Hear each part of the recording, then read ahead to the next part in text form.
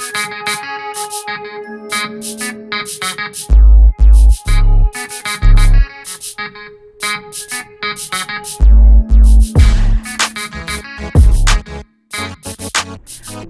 to Make Room with Emjae.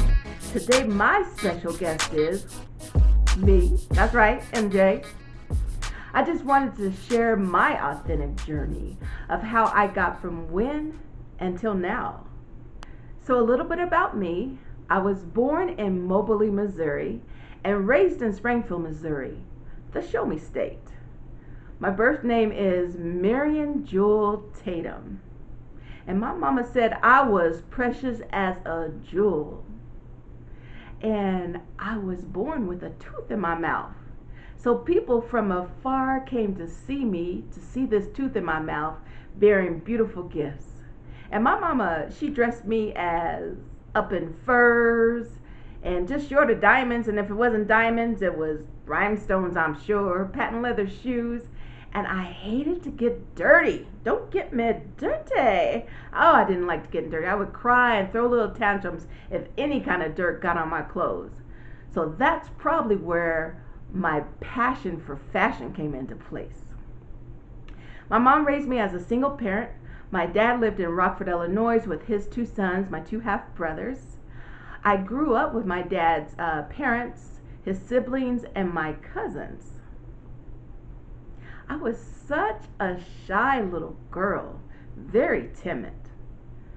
But my last year in high school, I found my voice. I was loud. So loud the student was like, "Who are you? And where have you been?" Honestly, I was just glad to get out of high school. As a little girl, I was chunky and cute, and I still am. Now as an adult, I'm just thicker as a snicker. But growing up, my cousins teased me so much. And even the kids in school, because I was chunky. So I tell you what, in school, I got fed up. When they started teasing me, I got mad and I started fighting back. I started hitting them kids. And then I got so full of myself, I started going around saying, "Marion's my name and fighting is my game." Honestly, I just wanted them kids to leave me alone, and believe it or not, it worked. Then my mom became ill, and things just started happening so fast. I didn't even realize I was on the verge of losing my mom. All I knew was all of a sudden my grandma and my uncle came to Missouri with a U-Haul and just plucked us up out of Missouri and moved us to Colorado, to this small little town in Colorado. And Colorado was a rude awakening for me in so many different ways. But I do have to say, at the age of 13, I did witness so many miracles with my family and in my own personal life that at the age of 13, I gave my life to Christ. And then as I got older, I rebelled. And then I realized that it wasn't about the church and it wasn't about the religion. It was about my personal relationship with God. And couldn't no one tell me how to do that the right way or the wrong way. It was about my own personal relationship with God. So then I started attending public junior high school there. And I had a horrible time. Remember, I was in a small little town in Colorado. So probably one other African American attended the school. And so I experienced so much racism. And then they made fun of me because I had a different accent, coming from Missouri and talk different. That's probably why I talk so proper now. So it got so bad that my mom ended up putting me in a private school. So I started attending a private school and still didn't fit in. These were students whose parents were doctors, lawyers, professor. My parent, she was a struggling single parent. So I didn't fit in, and I started dealing with depression, heavy depression, for years actually. And so thank God I had a praying mom, because I remember she took me to this prayer meeting with these women and they prayed for me. I mean, did some serious prayer. And till this day, I can't explain it. I don't even know what happened. All I know is I've been set free and I do not deal with that deep, dark depression anymore. Sure, he's going to try to peep his head up. And my mom has taught me to delete those thoughts. And not only delete those thoughts, but delete that trash can to get rid of all those negativity thoughts. And truly, I don't deal with that deep darkness anymore. And I'm so thankful for it. So then my mom decided to start doing foster care. And this was at the age of when I was 16. Not only did she start doing foster care, then she decided that she wanted to start adopting the children. So that definitely didn't set well with me, because I was the only child for 16 years. Yeah, I was spoiled. So a lot happened at the age of 16 for me. My mom started adopting kids. I felt like I became the second mama. I owned my own car. I started working. Just a lot took place at that time. But my mom always showed all of us girls, 5 sisters I had then, unconditional love. But my sisters always, I felt, had jealousy towards me. I felt like the boy with the coat of many colors, that if they had the opportunity, they would beat me up and leave me for dead and act like they didn't even know what happened. But through the years, as we've grown and mature, we've learned forgiveness and how to continue to forgive and love each other. So now I have 3 impressive nephews from 2 of my sisters. I guess that makes up for the brothers that we didn't have growing up. And I'm also a great aunt of 2 beautiful girls. So on my journey path to entrepreneurship, I feel I have learned so much from my mom because she has such a strong entrepreneur spirit. I also feel I was encouraged and shaped by my mom's brothers and sister because they always were mentoring me and encouraging me to do more and try different things. But the one thing I truly remember my mom instilled in me was that there is no such word of I can't. And her philosophy was, where there's a will, there's a way. If it doesn't work this way, then try a different way. But do not just give up. And till this day, those words are a pet peeve of mine. I cannot stand it when someone tells me I can't and don't even try other options. But my mom taught me the importance of being independent, responsible, having integrity, and being accountable. So I learned and achieved things at a very young age. I understood that business world very quickly. Matter of fact, by the time we were able to walk and talk, we were doing house cleaning, washing dishes. And at a young age, my first job was being a babysitter. I was a dishwasher at a country club. I actually owned my own vintage clothing store. I made headbands and jewelry that I sold at flea markets. I went to door selling jewelry to commercial retail. And then I was in the mortgage business. And then that's when I decided to change my name to Emjae, the letter M, the letter J, because I didn't want people to distinguish right away if I was male or female. I just wanted to have a fair chance at business. And then when the hair feathers extension was popular, I invested in that. I got in, got out, made my money. I did consulting that was called visionary consulting. That's where first I have to say, of course I had to change or spell the name differently. I spelled it Vizunary. And that's where I did coaching and teaching of interviewing skills. I was the owner of a record label company. And at the time, Montford, Colorado was my first corporate job, and that's where I began my passion for the human resource field. And I'm currently still in the human resource field. I'm a senior talent advisor for a medical device manufacturing company. And so I've always had that passion to teach others how to sell themselves in an interview, teaching them how to answer interview questions, keeping that eye-to-eye contact, feeling good about their interview afterwards, and critiquing on what they could have done better and following up, and knowing that you don't stop selling yourself in the interview. Once you get that job, you're continuing selling yourself. And then I was employed with State Farm Insurance for 12 years. My profession was in the IT and HR arena. I moved to Tulsa, Oklahoma and Atlanta, Georgia, still working with State Farm. And I would have to say State Farm was probably one of the best companies I worked for at the time. I learned so much, I grew, and I had the best group of friends at State Farm. So shout out to my State Farm family.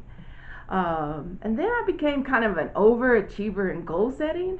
I felt everyone else should be the same way, and I learned real quick that most people are very comfortable at where they're at. So I would only offer advice when asked. But in high school, we had this task to write a letter to ourselves of the top things that we wanted to accomplish in 7 years. So I received my letter. I was so excited to read it, and I had accomplished everything that I wanted except for one thing. I had accomplished higher education. I had accomplished having a solid profession with my own office. I had become a certified model. But I never got married or had children, which I was supposed to have accomplished that at the age of 25. Now, I've been engaged several times. Matter of fact, so much, every time I tell my younger sister I'm engaged, she's like, again? So, I don't know, but I thought I was supposed to have all those things accomplished by the age of 25. But one thing I've learned through life's journeys is that I wasn't in control. Like I thought I was in control. God is in control. And I had no idea that my life would turn out the way that it has. So February 2010, I received a call from my dad's sister, and she said I need to go check on my dad. At the time, my dad lived in Texas. And what had happened, my dad was hospitalized due to a stroke. And at the time, my brother lived in Texas, and he was dealing with his own things, but he had taken my dad to the hospital and dropped him off just like a hotel and never went back to check on him. So the thing about me and my dad, we really didn't have the closest of a relationship. I very rarely saw him when I was a child, probably once a year. He only had given me one Christmas gift, and that was a beautiful black ballerina doll, which I loved. And he came to Colorado to visit one time because he had business to take care of. And I remember he helped me once with the college class to pay for that class, and he felt like that took care of everything. So we did not have a close relationship. I had a lot of anger towards my dad. But my mom always taught me to love him in spite of everything. So I felt like I grew up overnight. I got to Texas. I saw that my dad was afflicted, that he was helpless. He was no longer able to take care of himself. So at the time, I worked for a property management company. So they allowed me to stay in the apartment and work remotely at the same time. And I tell you, it was just exhausting because I would have to get up before daybreak, get to the hospital, and make sure that I spoke to the doctor. And then by noontime, when he was resting, I had to go run around and get legal paper in order and look for a nursing home for his release, all in a city that I wasn't even familiar with. And I'm just so thankful for family and friends that allowed me to vent and cry and scream or what have you at that time. So probably after a month, I had to decide to pack my dad up and move him to Colorado. So, I mean, it was like bringing a stranger home because, like I said, we didn't have a close relationship. So I moved my dad to Colorado in my 2-bedroom apartment, which I thought I needed for all my clothing and shoes. And I got him moved in, and exactly 2 weeks later, my mom had to be rushed to the hospital and have emergency surgery due to a brain tumor. So for 10 years, I had been running on adrenaline being a caretaker. And then when my mom was hospitalized, I had to step in and be the caretaker for my two handicapped sisters and take care of their business situations. And nobody prepared me for caretaking. I didn't sign up for this. It wasn't taught in school. There was no books to read, and if there was books to read, it didn't really pertain to my situation. I had to learn everything from scratch. I had a lot of no's. I had to learn how to pick myself back up when every door seemed like was closed, and how to keep going. But without question, I stepped right in and took care of both my parents and sisters to the best of my ability. No matter how people felt I was doing it, if I was doing it right or wrong, I did it to the best of my ability. And then August 2019, I hit that caretaker wall. The wall that they talk about is not a matter as if you're going to hit that wall. It's a matter of when you're going to hit that caretaker wall. And I hit that caretaker wall because August 2019, my mom just passed out for no reason, and she fell and cracked her skull. And so just seeing her laying there helplessly devastated me, and just blood pouring out, and me trying to call 911, and all I kept getting was a line being busy. And then finally I was able to contact 911 through my alarm security. So that day, I mentally flatlined. My emotions totally spun out of control. And I had to learn about self-care. I had to learn how to take care of myself. I had to learn how to reprioritize things, because at times I felt like I put more pressure on myself to make sure that everything was done right then and there, had to be done right now. And I had to learn how to say no to things. So I decided that 2020 is going to be my year. I decided that I'm going to bulldoze all those obstacles that have been standing in my way for years, holding me back hostage. And so I found like a new passion, a new love for my profession. I've recognized my gifts again in the workforce and in my personal life. And I feel like, watch out, because I'm a force to be reckoned with.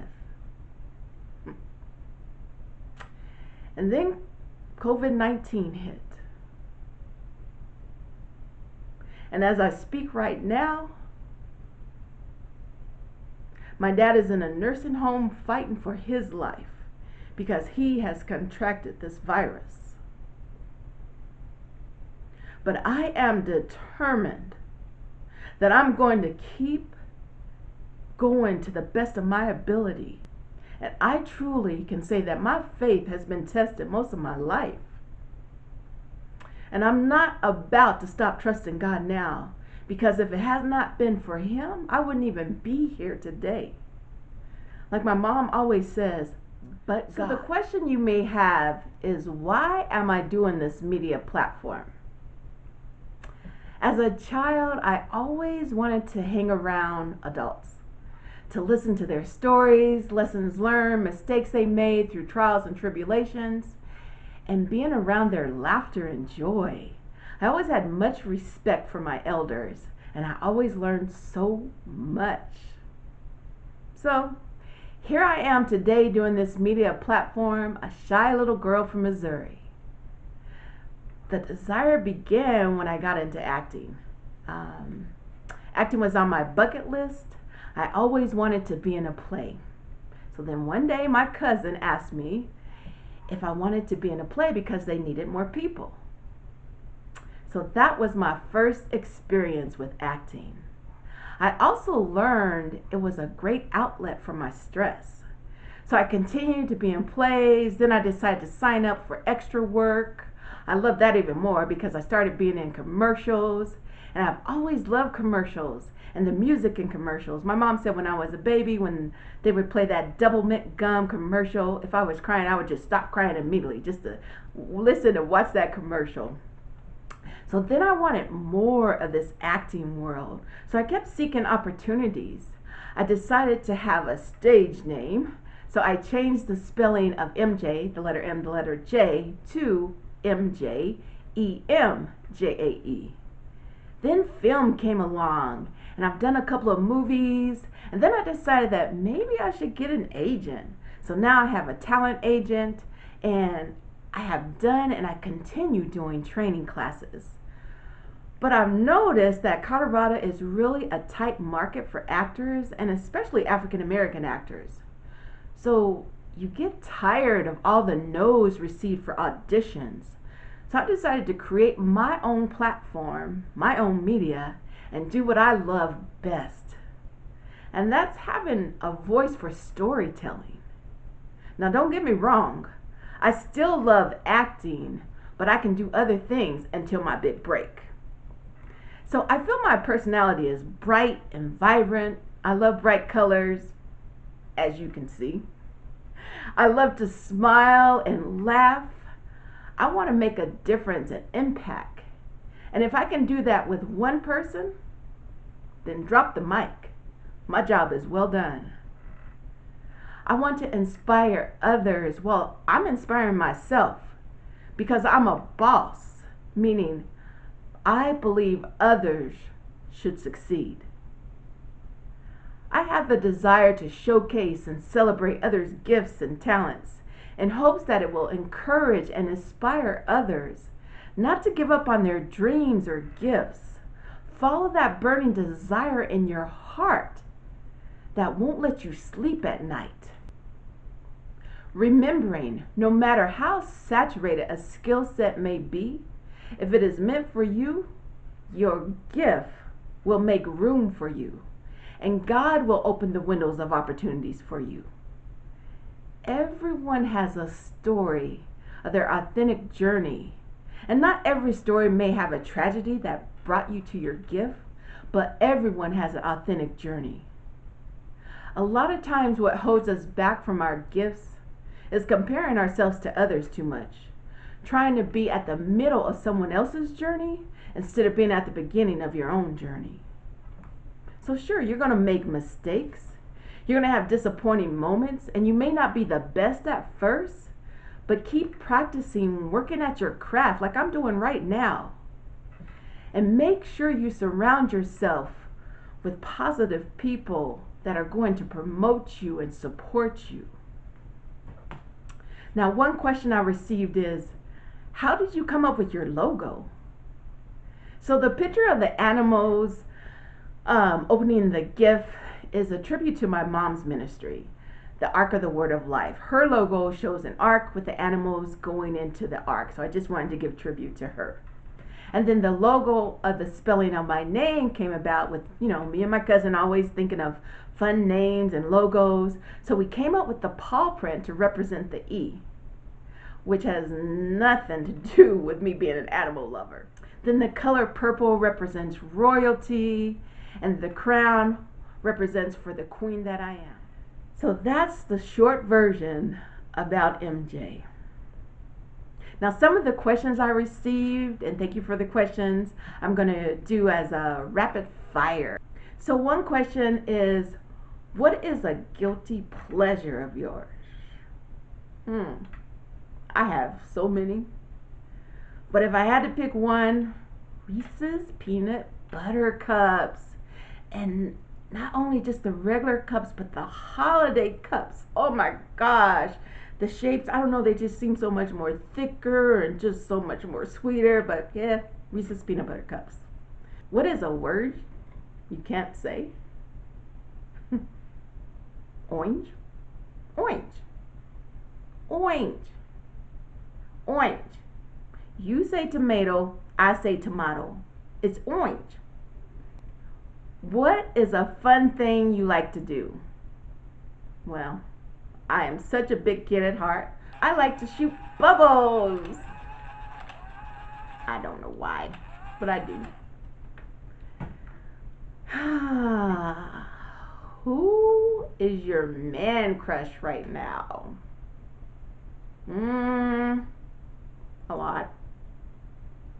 But right now, I love, how would I say, the new Jake from State Farm. Such a cutie pie. Then another question was, what talent do you wish you had? Ooh, I wish I could rap.